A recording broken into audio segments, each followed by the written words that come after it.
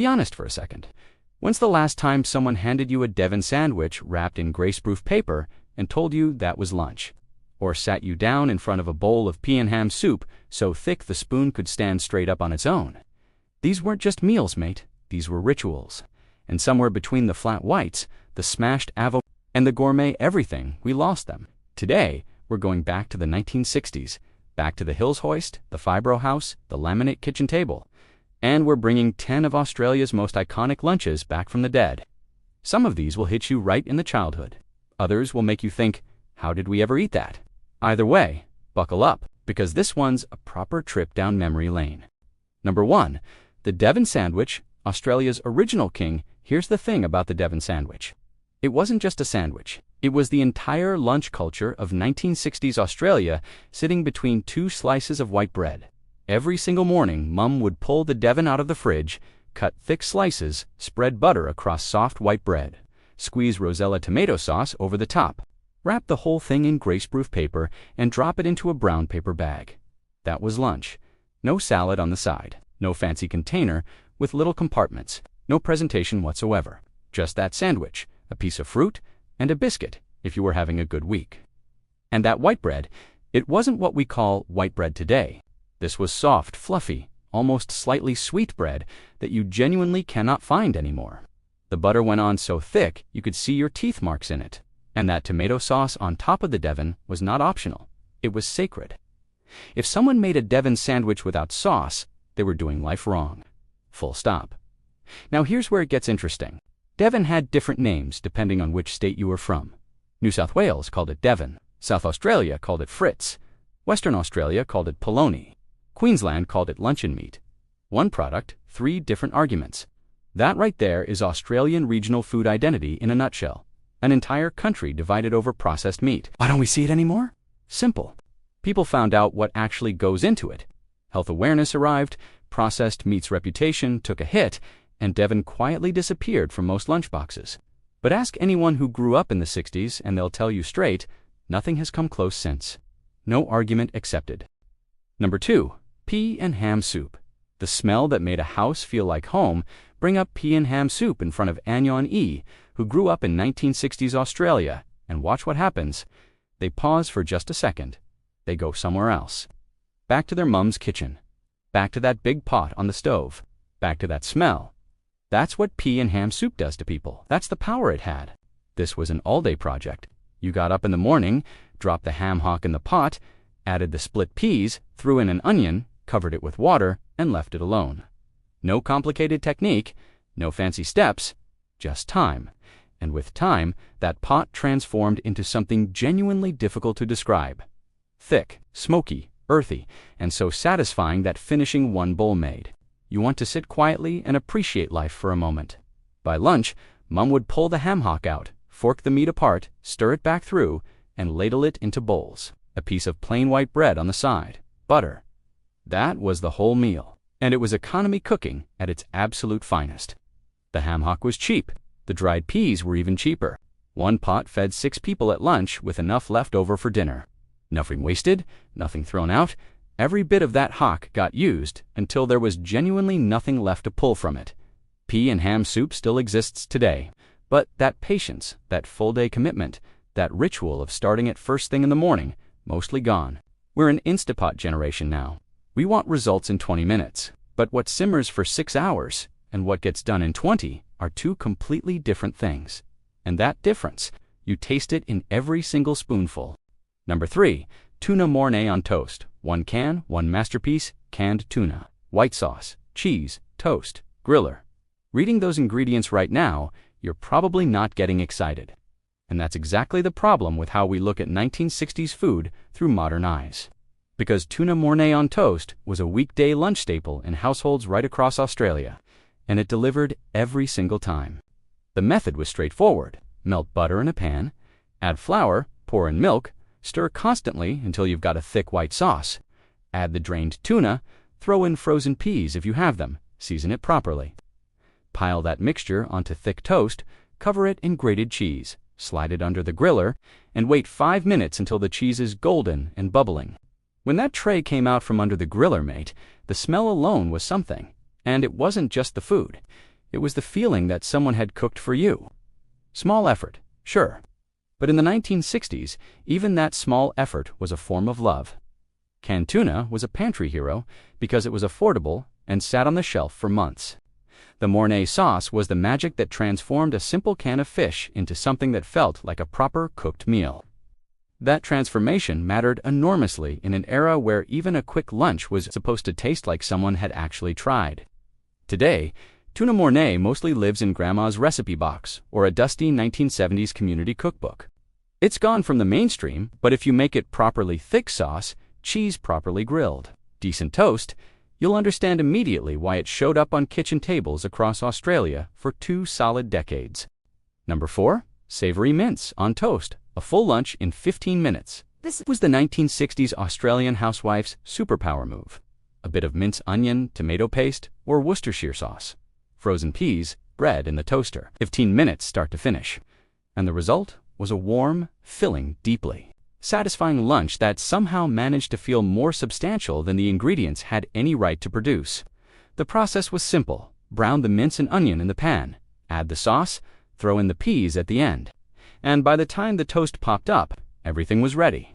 You piled the mince onto the buttered toast and watched it settle in the mince, soaked into the bread slightly. The butter melted underneath, and you've got 3 different textures in one bite. Nothing fancy, nothing complicated, just genuinely good. Mince was the most affordable meat available in 1960s Australia. Families bought it regularly and found endless ways to use it. Rizzles, pasties, shepherd's pie, the lot. Savory mince on toast was the fastest version and arguably the most satisfying. A small amount of mince stretched across multiple servings, seasoned properly, produced something that punched well above its weight. But what really made this dish special was that it made something small feel significant. It wasn't opening a can and calling it done. There was actual cooking involved, actual effort. And when the smell of mince and onion frying hit every corner of the house, it meant someone was making lunch. Someone was taking care of things. In 1960s Australia, that smell was everything. Number 5. Potato salad with egg and bacon. The community lunch superstar picture, any 1960s Australian gathering. Church hall, backyard get-together, school fete, doesn't matter. There was always a table. And in the middle of that table, there was always a massive bowl. That bowl was potato salad, not the modern version with Dijon mustard and baby capers and microgreens arranged beautifully on top. The wheelwood, boiled potato, hard-boiled egg, crispy bacon, diced onion, and enough whole egg mayonnaise to make your cardiologist nervous just looking at it. Every household had their own version, and every woman who made it was quietly convinced hers was the best. Some added a splash of vinegar to the warm potatoes so they'd absorb more flavor. Some put celery through for crunch. Some stirred in a bit of mustard for heat. But the foundation never changed. Soft potato, creamy dressing, egg bacon, the magic happened in the fridge. You made it in a bowl the size of a small bathtub, covered it, refrigerated it for a few hours, and by the time it came out, all those flavors had completely merged into something far greater than what went in. Served alongside cold meat, fresh bread, sliced tomato, it was a complete lunch in one dish. Today, potato salad has become aspirational. Photographed from above with fresh herbs scattered artfully across the surface. Plated with care, posted online. The 1960s version had no interest in any of that. It was purely about feeding people well, and feeding a lot of them. No aesthetic, no performance, just lunch. And honestly, that version was better. Number 6. Fritz and SAUCE South Australia's non-negotiable if you're South Australian. This section hits differently, because while the rest of the country was debating Devon versus polony, South Australia had Fritz, and Fritz was not up for debate. It was simply superior. At least, that's what every South Australian will tell you without hesitation, and they will not entertain a counter-argument. Fritz had a slightly different texture and flavor to Devon. The way it sat on buttered white bread with tomato sauce was its own experience entirely. Fritz loyalists have been making this case for 60 years, and they're not stopping anytime soon. But what's actually interesting here goes beyond the food itself. In the 1960s, Australia's states were genuinely distinct from one another. People didn't travel as freely between them. Communication wasn't instant. So what you ate in Adelaide was legitimately different to what you ate in Melbourne or Sydney. Fritz was part of South Australian identity. When you ate a Fritz sandwich, you weren't just having lunch, you were announcing where you were from. That kind of regional food pride has mostly disappeared now. Globalization flattened everything. The same cafe chains, the same menus, the same experience from Adelaide to Perth. Fritz still exists in South Australia, still gets eaten, still gets defended fiercely, but as the automatic, unthinking daily lunch choice of an entire state that belongs to history now. Number 7. Fried egg and lettuce sandwich, the champion of simplicity. This sounds like a joke. It is absolutely not a joke. The fried egg and lettuce sandwich was a legitimate 1960s Australian lunch eaten by adults without irony, without embarrassment, and without apology. Because it was genuinely, straightforwardly good. Here's the entire recipe. Fry an egg, not scrambled, not poached, just fried, white crispy at the edges, yolk still slightly runny. Put it straight onto buttered white bread.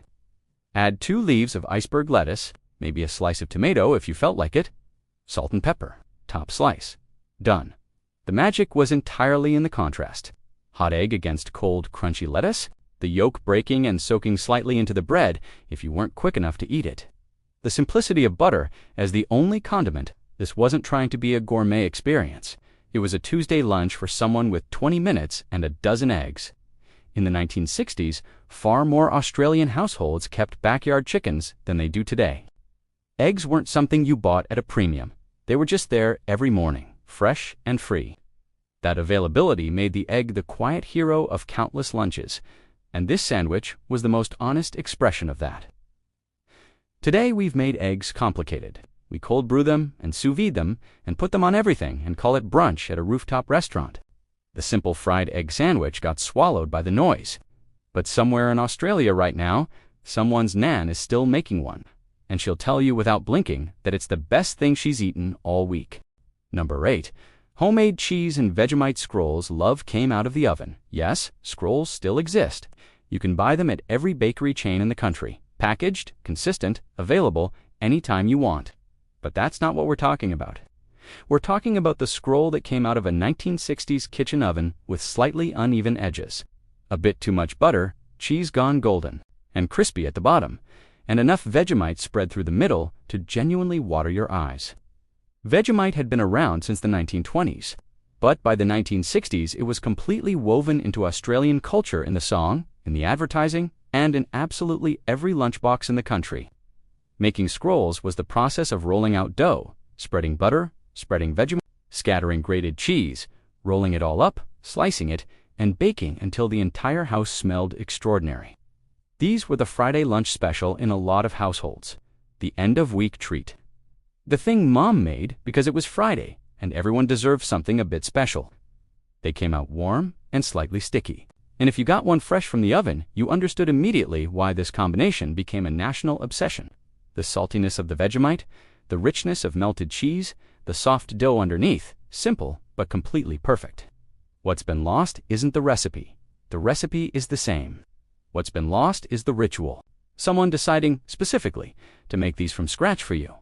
That decision, the care, a packaged scroll, will never carry that. It simply can't. Number 9. Cold meat and pickles plate. The real shared lunch, and here's the dish that wasn't quite a dish at all, but was somehow the most honest expression of what 1960s Australian lunch actually meant. A plate in the center of the table, always the center, always shared. Sliced cold roast meat left over from the night before. Lamb was the favorite. Beef was a close second. Corned beef, if it had been a midweek roast. Alongside it, a small bowl of pickles, Branston, or something similar. White bread, a butter dish, sliced tomato, a bit of iceberg lettuce, some cheese if there was any. That was it. That was lunch. Everyone reached into the middle. Everyone served themselves. Everyone sat together and ate. What made this work was what it represented, built entirely from last night's leftovers. Nothing wasted, nothing discarded, the food speaking for itself without any intervention or embellishment. And that shared plate in the middle of the table creating something genuinely communal, not just physically, but in spirit. In the 1960s, the Sunday roast wasn't just dinner. It was an investment in the week ahead. Leftover lamb became Monday's cold meat plate, which became Tuesday's soup stock. Every dish had a second life, Every ingredient had a purpose beyond its first appearance. We don't cook like that as often anymore. We buy single servings. We order in. We forget things in the fridge. The idea of planning a Sunday roast specifically because of what it would become at Monday's lunch has largely disappeared. But the people who did cook that way understood something important. Food isn't just about the meal in front of you. It's about the meals to come, the people around the table, and the quiet satisfaction of wasting absolutely nothing.